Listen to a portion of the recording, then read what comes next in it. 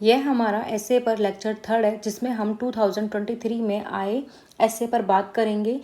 Thinking is like a game, it does not begin unless there is an opposite team. चिंतन एक तरह का खेल है, यह तब तक प्रारंभ नहीं होता जब तक एक विरोधी पक्ष शामिल ना हो।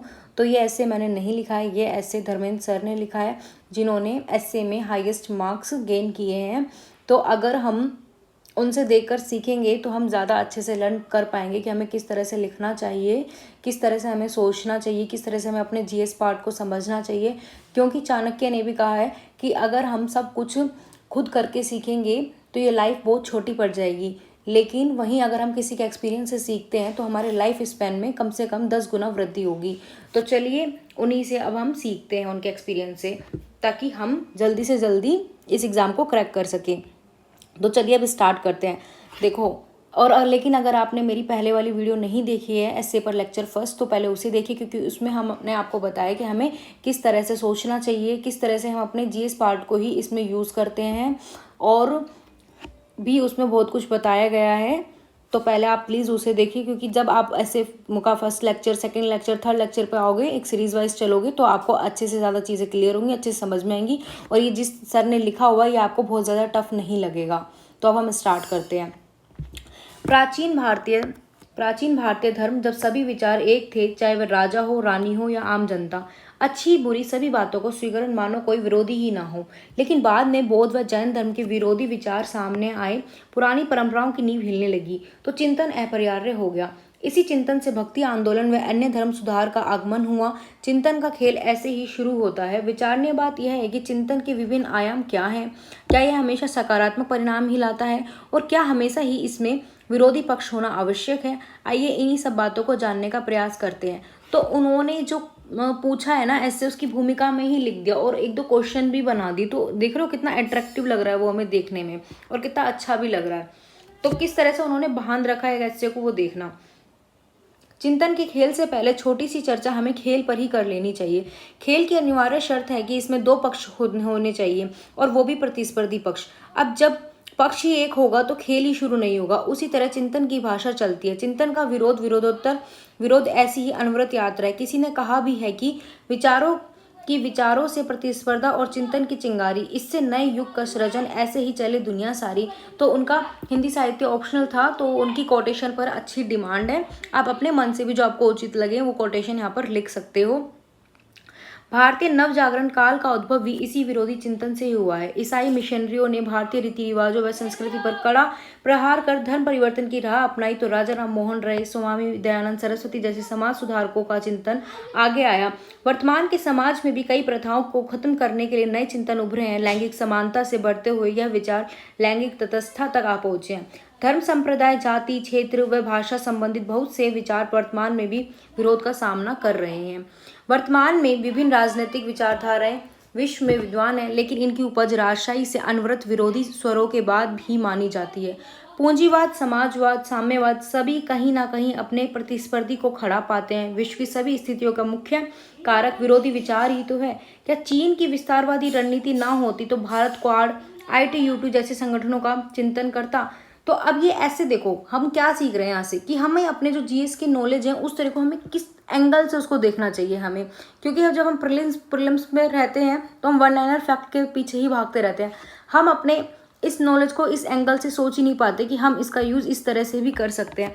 अब अगर आप देख रहे हो तो यहाँ पर उन्होंने क्या अपना स्टार्टिंग किया, एंशंट वाले पार्ट से किया है ना। फिर इन्होंने यहाँ पर मॉडर्न से एग्जाम्पल उठाए इसी को सोल्व करने के लिए, इस ऐसे को आगे बढ़ाने के लिए। यहाँ पर हम अपनी आयर वाली बात को कर रहे हैं। अब आगे देखो तो इसी का एक पहलू अर्थव्यवस्था है। अब हम इकोनॉमी के वाले पार्ट पर आ गए। तो मैंने अपने ऐसे लेक्चर फर्स्ट में यही सिखाया कि हम सबसे पहले जब ऐसे लिखते टाइम उस पर 15 से 20 मिनट सोचेंगे, तो हम इन सब सब्जेक्ट में अंदर जाएंगे कि हाँ हमें अपने उस वाले पार्ट से कौन से टॉपिक उठाने हैं, कौन से एग्जाम्पल लेने हैं। और यही सारी चीज़ों को यूज़ करके हमने जो अपना लेक्चर 2 था कि सभी भटकने वाले गुम नहीं होते, तो इन्हीं सब चीज़ों को यूज़ करके लिखा है। बस लिखने का नज़रिया बदल जाता है, एंगल चेंज हो जाते हैं हमारे सोचने का। तो वही हमें अपने सोचने पे बहुत ज़्यादा काम करने की ज़रूरत है, बजाय कंटेंट इकट्ठा करने के। अब आगे चलते हैं। सर्वविदित है कि हरित क्रांति का विचार भारत की खाद्य असुरक्षा रूपी विरोधी परिस्थिति के कारण ही सफल हो पाया। किसी भी सुविधा संपन्न समाज में विपरीत स्थितियों ही विरोधी चिंतन का कार्य करती है। कोविड-19 महामारी से पहले स्वास्थ्य और स्वच्छता पर इतना गहराई से चिंतन कभी नहीं किया गया था, लेकिन विरोध व सभ्यता के नष्ट होने के सवाल में वैक्सीन निर्माण की तीव्रता व सकल घरेलू मूल्य में स्वास्थ्य बजट की प्रतिशत बढ़ाने का विचार बना दिया। अब जब तक कोविड-19 नहीं था ना, तो किसी को इतनी प्रॉब्लम नहीं थी, लेकिन अब स्वास्थ्य पर जो निवेश है उसको बढ़ाना अब आज वो ज़रूरी है, नीड है, क्योंकि वो कोविड-19, तो ये क्या है, विरोधी पक्ष सही भी है। करो या मरो की स्थिति में ही मानव का मस्तिष्क तीव्र प्रतिक्रिया देता है। जब समस्या ही नहीं है तो समाधान किस बात का, या फिर समस्या में बुराई का आभास ही ना हो रहा हो, यह भी हो सकता है। विरोधी विचार आना भी तो इतना आसान नहीं है। एलेक्जेंड्रो जोडोरिक्स के अनुसार पिंजरे में पैदा हुआ पक्षी सोचता है कि उड़ान एक बीमारी है। ऐसे पक्षियों के सामने उड़ने का विचार उनके चिंतन जैसे सैकड़ों पीढ़ियों तक दूर हो सकता है। ऐसा ही विचार हमारे लिए अंतरिक्ष क्षेत्र में बना हुआ है, लेकिन आज हमने मंगल मिशन चंद्रयान की सफलता से यह साबित कर दिया कि भारतीयों का चिंतन किसी भी सीमा से नहीं बंधा है। तो यहाँ पर हमने अपने स्पेस की बात कर ली अपने सब्जेक्ट से उठाकर। गौरतलब है कि पर्यावरण की बिगड़ती स्थिति आज की प्रमुख चुनौतियों में सबसे शीर्ष पर है। आईपीसीसी की रिपोर्ट के अनुसार 6वां सामूहिक विलोपन मानव जनित होगा। यूरोप में जंगलों की आग व अमेरिका में हीट वेव होती है। मौत उस पुराने विचार को चुनौती दे रही है कि पृथ्वी के संसाधन केवल मानव के लिए ही नहीं, इसका अधिक से अधिक उपभोग करना चाहिए। आज विरोधी पक्ष के कारण विभिन्न समिट व गठबंधन पर्यावरण सुरक्षा के लिए बन गए हैं। भारतीय प्रधानमंत्री की लाइफ पहल एनवायरमेंट इसी से प्रेरित है। लाइफ वाली जो उनकी जो पहल थी वो मैंने अपने एथिक्स लेक्चर में भी समझाई थी कि क्या है, जैसे कि हमें जो सार्वजनिक व्हीकल का प्रयोग करना चाहिए, स्कूटी और इन सब की जगह अगर नीड ना हो तो हमें साइकिल से वो करना चाहिए। कमरे से बाहर निकले तो लाइट फैन ऑफ कर दें। तो हमें इन छोटी छोटी चीज़ों को अपनाना चाहिए। अब यहाँ पे हमने अपने इन्वायरमेंट वाले पार्ट को ले लिया है ना, तो हम अपने जीएस के सब्जेक्ट को उठा रहे हैं और वहाँ से ही एग्जाम्पल लिख रहे हैं। तो हम ये सब सीख रहे हैं कि हमें बहुत ज़्यादा कंटेंट के पीछे नहीं भागना है, हमें बस अलग अलग डायमेंशन से सोचने की ज़रूरत है, ना कि बहुत ज़्यादा कंटेंट इकट्ठा करने की। और ये तो हम करंट अफेयर्स में ये सारी चीज़ें हम पढ़ते ही हैं। इजराइल जैसे देशों ने इसी प्रकार चुनौतियों विरोधों के कारण जल दक्षता के नए चिंतन गढ़े। बूंद बूंद टपकन सिंचाई विधि इसका एक उदाहरण है। और जो इस विरोध का सामना चिंतन से ना कर सका वो विकास की दौड़ में पीछे रह गया। तो हमने बता दिया कौन है। कई अफ्रीकी देशों में गरीबी, हिंसा व मानवोचित जीवन का अभाव इसी कारण है। विभिन्न व्यक्तियों का चिंतन स्तर अलग अलग हो सकता है। तो मैंने आपको जब अपनी फर्स्ट लेक्चर लिया था हमने बताया था ना कि कौन कौन सी कंट्री है जो अच्छा एग्जाम्पल क्रिएट कर रही है, कौन कौन सी है जो नेगेटिव कर रही है। और मैंने आपको बोला था कि कंपाइल करके अपना 4 से 5 पेज में उसको कलेक्ट कर लेना इन सारी चीज़ों को। तो हम बार बार हम उन्हीं चीज़ों को यूज़ करके अच्छा ऐसे लिख सकते हैं। वो मैंने आपको उसमें समझाया था। विभिन्न व्यक्तियों का चिंतन स्तर अलग अलग हो सकता है। कुछ अपने विचारों को तब तक सर्वश्रेष्ठ मानते हैं जब तक उनका विपक्ष ना मिले। भारतीय परंपरा में शास्त्रार्थ परंपरा इसका उदाहरण है। शंकराचार्य जैसे महान शास्त्रज्ञानों ने चिंतन के युद्ध में ही ज्ञान का परिमार्जन किया। लोगों से ग्रहण करना और अपनी बातों को पेश करना बड़े बड़े दार्शनिकों का प्रिय क्रियाकलाप रहा है। सुकरात, प्लेटो व गांधी जी इसी की श्रेणी में आते हैं। कबीर जैसे संतों को अस्वीकार व समर्थ भी इसी आधार पर है। लेकिन इसके लिए दूसरों को सहिष्णुता से सुनना भी चाहिए। वोल्टेयर ने कहा भी है, हो सकता है कि मैं आपके विचारों से सहमत न हो पाऊं, फिर भी विचार प्रकट करने के आपके अधिकारों की रक्षा करूंगा। और आपको पता है ये जो लाइन है ना, ये इतनी अच्छी है। अभी जो मेरा एथिक्स का लेक्चर आएगा 4th, वहाँ पर मैं इमोशनल इंटेलिजेंस वाले चैप्टर को पढ़ाऊंगी, है ना। तो ये वहाँ पर भी काम आएगी ये लाइन कि हम इमोशनल इंटेलिजेंस अगर हमें डेवलप करना है ना, तो हमें ये वाली चीज़ हमारे में होना बहुत ज़रूरी है कि हो सकता है कि हम आपके विचारों से सहमत ना हो, फिर भी विचार प्रकट करने में आपके अधिकारों की रक्षा करेंगे। कि हमें सामने वाले व्यक्ति क्या कहना चाहता है उसकी बात को भी सुनना चाहिए, उसको भी समझना चाहिए, उसके इमोशन को भी समझना चाहिए। तभी हम अपने इमोशनल इंटेलिजेंस को डेवलप कर सकते हैं। और ये हमारे लिए आज ज़रूरी भी है। अगर हम एक सिविल सेवक बनते हैं तो हमें यह आना चाहिए, क्योंकि कहा है कि अगर आपको जॉब चाहिए तो आपका IQ स्ट्रॉन्ग होना चाहिए, लेकिन अगर आपको एक सक्सेसफुल इंसान बनना है तो आपका EQ स्ट्रॉन्ग होना चाहिए। इसी सिक्के का दूसरा पहलू भी है जो हमें एक अन्य पक्ष भी दिखाता है। कई बार विरोध से चिंतन प्रभावित भी हो जाता है। 100 अंधों में एक नेत्र वाले व्यक्ति को स्वीकार किया जाए ये भी आवश्यक नहीं। सुकरात को जहर का प्याला इसी विरोध से मिला। ना जाने कितने लोगों के विचार इसलिए ही मन में रह जाते हैं क्योंकि उनका विरोध का भय होता है।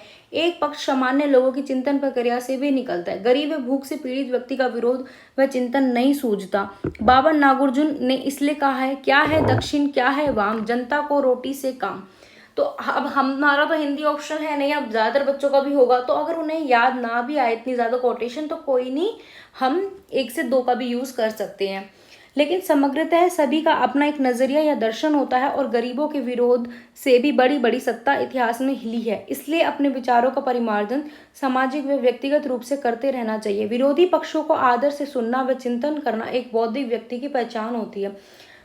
अब देखो यहाँ पर इन्होंने अपना जो पॉलिटी वाले पार्ट से एंड किया, देखो कितना अच्छा एंड उन्होंने किया इस एस्से का। फिर भारतीय संविधान में अभिव्यक्ति की आज़ादी इसी विरोध को तर्क संगत बनाता है। ये विरोधी पक्ष ही हमें हमारे रास्ते को जांचने व आगे की राह में दिखलाता है।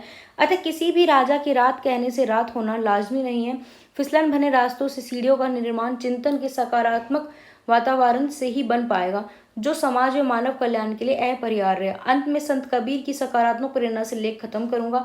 तो अगर आपका ऑप्शनल हिंदी है तो आप भी बहुत सारी कोटेशन का यूज ऐसे कर सकते हैं, लेकिन जिनका नहीं होगा तो उन्हें ये इस तरह की लिखना है, थोड़ा डिफिकल्ट पड़ सकता है कि निंदक निर्य राखिए आंगन कुटी छाए, बिन पानी साबुन बिन निर्मल करे सुभाए।